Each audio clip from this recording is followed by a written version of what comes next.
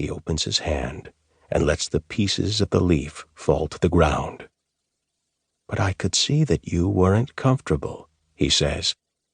"You didn't trust me. That wasn't right. I didn't deserve it. And then pretending you didn't remember. That was clumsy. Anyone would have seen through that. What was I supposed to do? Let it go? How could I? By then we'd gone too far. You were starting to be afraid of me. You shouldn't have been afraid of me."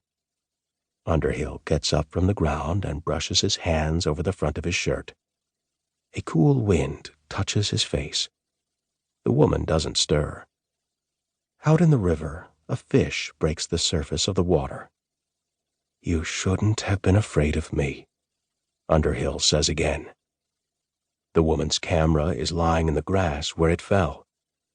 Underhill lifts it by the strap, swings it back and forth to build momentum, and hurls it out into the middle of the river. He returns to the tree and crouches down. He touches a lock of hair that has fallen over the woman's forehead. He takes her earrings from her ears, takes her wedding band, throws them out into the water. They don't go as far, but it's far enough. He stands on the shore, wondering if there's anything else he should do. "This is as much on you as it is on me," he says after a while. "I'm not going to feel bad about this." One last look around. His hat is in the grass. He picks it up and puts it on his head and walks away. Chapter 2. 18 months later.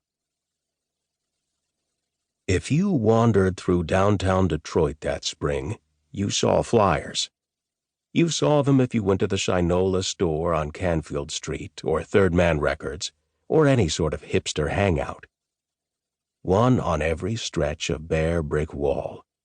You saw them on the campus of Wayne State University and at each entrance to the public library. You saw them in front of the DIA, the Detroit Institute of Arts, taped to the granite base of Rodin's Thinker, at least until the maintenance workers came to peel them off.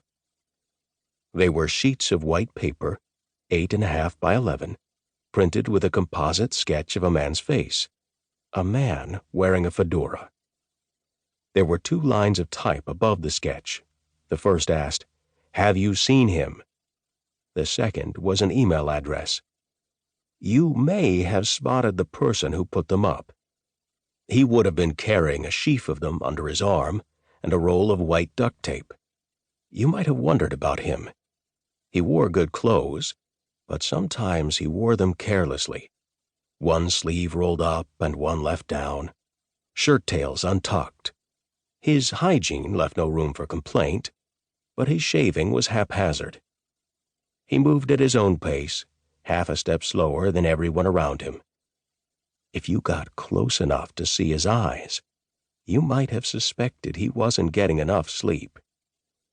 If you tried to engage him in conversation, it would have been hit or miss.